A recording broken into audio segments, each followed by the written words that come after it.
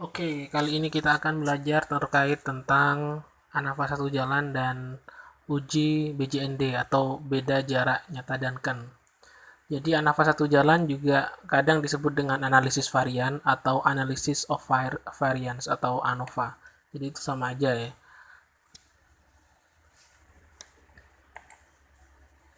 Oke, eh, kita perlu berkenalan dulu dengan apa sih yang disebut dengan ANAFA.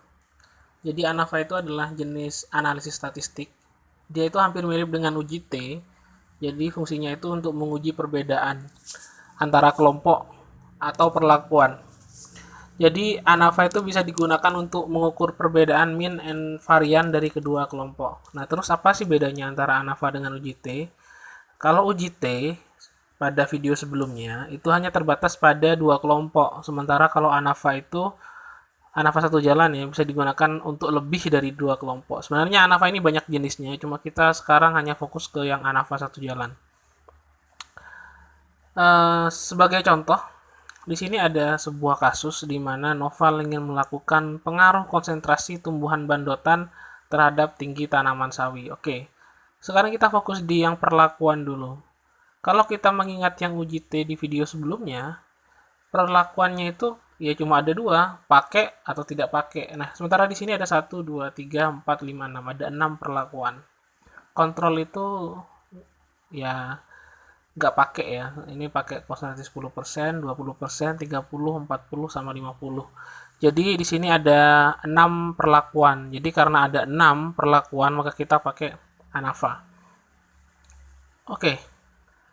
Sekarang kita ke syaratnya dulu.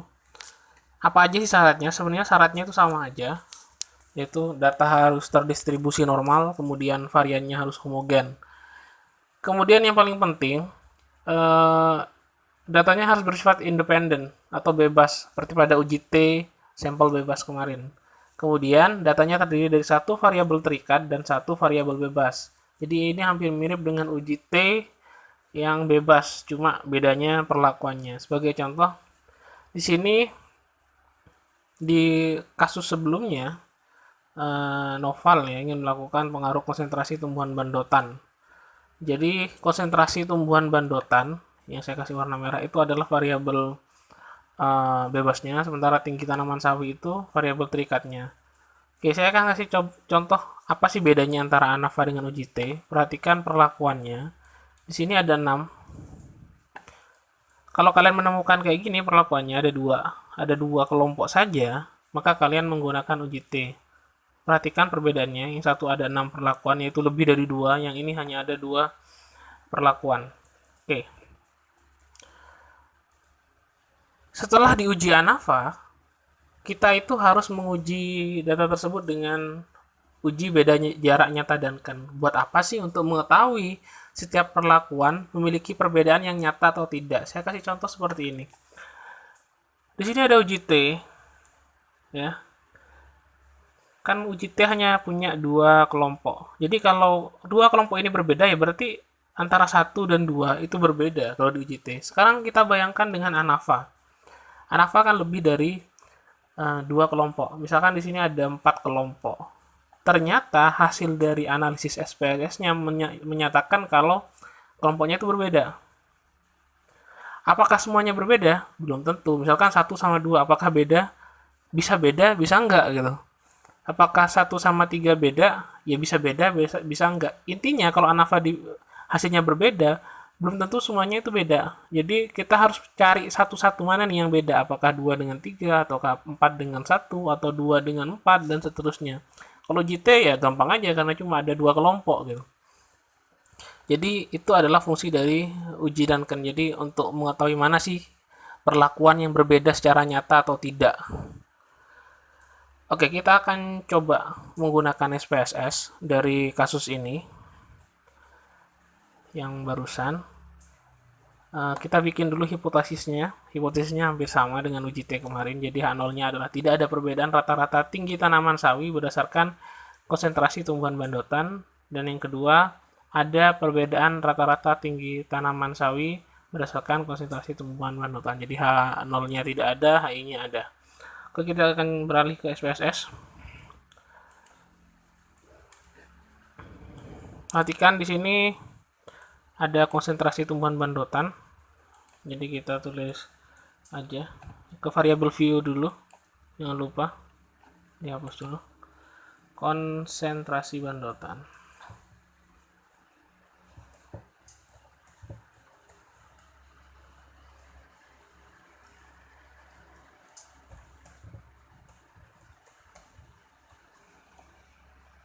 Oke, jangan lupa ini jangan sampai jadi string. Perhatikan ini harus numerik. Kemudian value-nya, karena di sini ada 6, berarti kita bikin 6 value label. Oke, kita coba bikin 6. Yang pertama kontrol.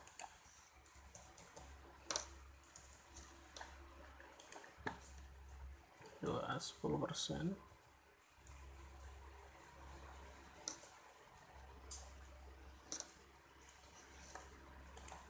Oke. 3 20. Sorry. 20%.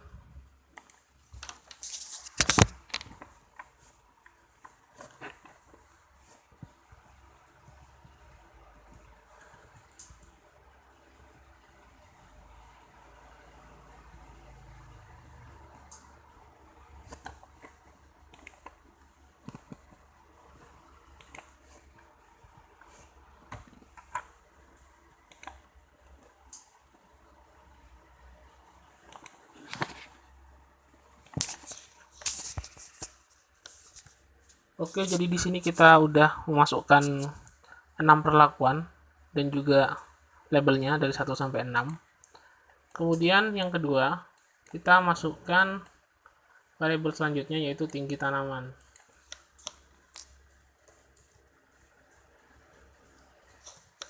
Tinggi tanaman sawi. Oke, kemudian kita masuk ke data view. Sekarang kita tinggal ngisi. Saya coba isi dulu.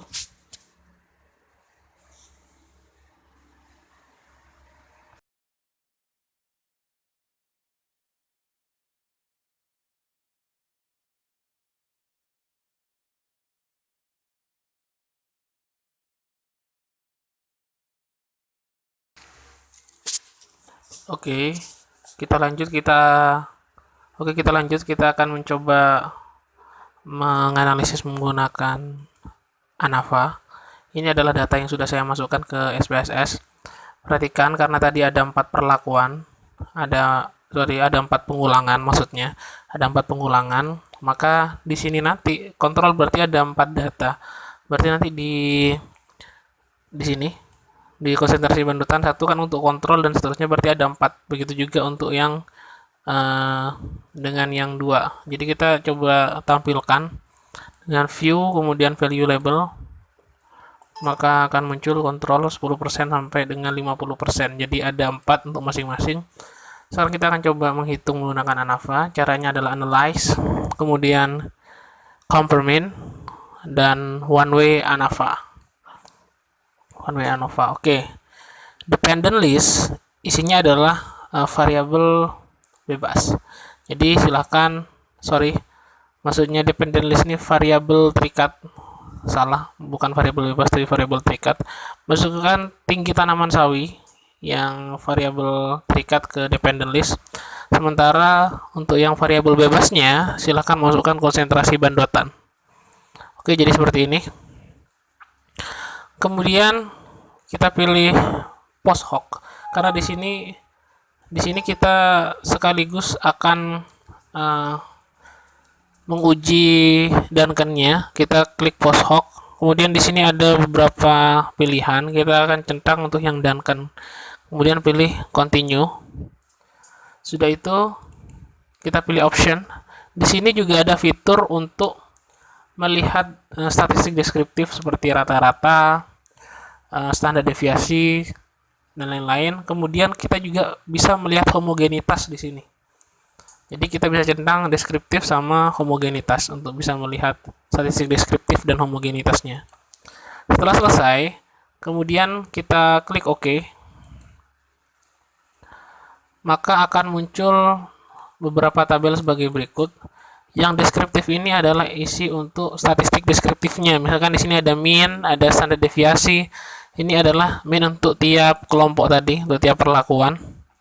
Kemudian di sini adalah tes homogenitasnya. Oke, kita bisa melihat tes homogenitasnya di sini. Dan yang terakhir kita bisa melihat analisis variannya. Oke. Perhatikan, kita hanya akan fokus pada sig-nya aja. Di sini hasilnya adalah 0,0000. Jika nilai sig lebih kecil daripada 0,5, artinya ada perbedaan di tiap perlakuan. Artinya, berarti HI-nya atau H1-nya diterima, sementara H0-nya ditolak. Ketika ada perbedaan di sini, kita kan bingung. Dari 6 perlakuan tadi mana yang berbeda? Kita masuk ke tabel selanjutnya. Oke. Ini adalah hasil dari uji Duncan. Ada tulisan Duncan-nya ya. Perhatikan, di sini ada beberapa kolom. Jadi, ini adalah perlakuannya. Kita abaikan yang bawah ya. Kemudian di sini ada kolomnya. Cara untuk mengetahui mana yang berbeda dan mana yang tidak berbeda, gampang aja, kita lihat aja yang ada pada kolom yang sama. Di sini yang ada pada kolom yang sama adalah kontrol dan 10%. Artinya, kontrol dan 10% itu sama, tidak ada perbedaan. Oke, sekarang kita lihat lagi mana yang sama. 10% dan 20%. Berarti 10% dan 20% itu sama, tidak ada perbedaan. Tapi kita lihat 20% dan kontrol. 20% ada di kolom kedua, sementara kontrol ada di kolom pertama. Artinya kontrol dan 20% itu berbeda. Kemudian perhatikan lagi, ada lagi yang sama di sini yaitu 20% dan 30%.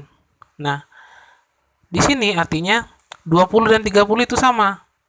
Cuma kalau kita bandingkan antara 30 dengan 10 itu beda, karena yang 30 ada di 3, yang 20 ada di 2. Kemudian di sini ada 40 gak ada yang sama dengan siapapun karena di kolom ini gak ada yang sama. Sementara 50 juga tidak ada yang sama.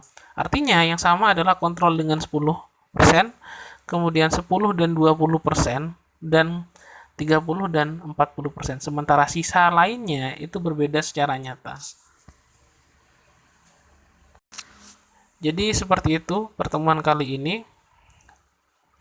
Pada video selanjutnya kita akan membahas tentang ANAVA 2 jalan.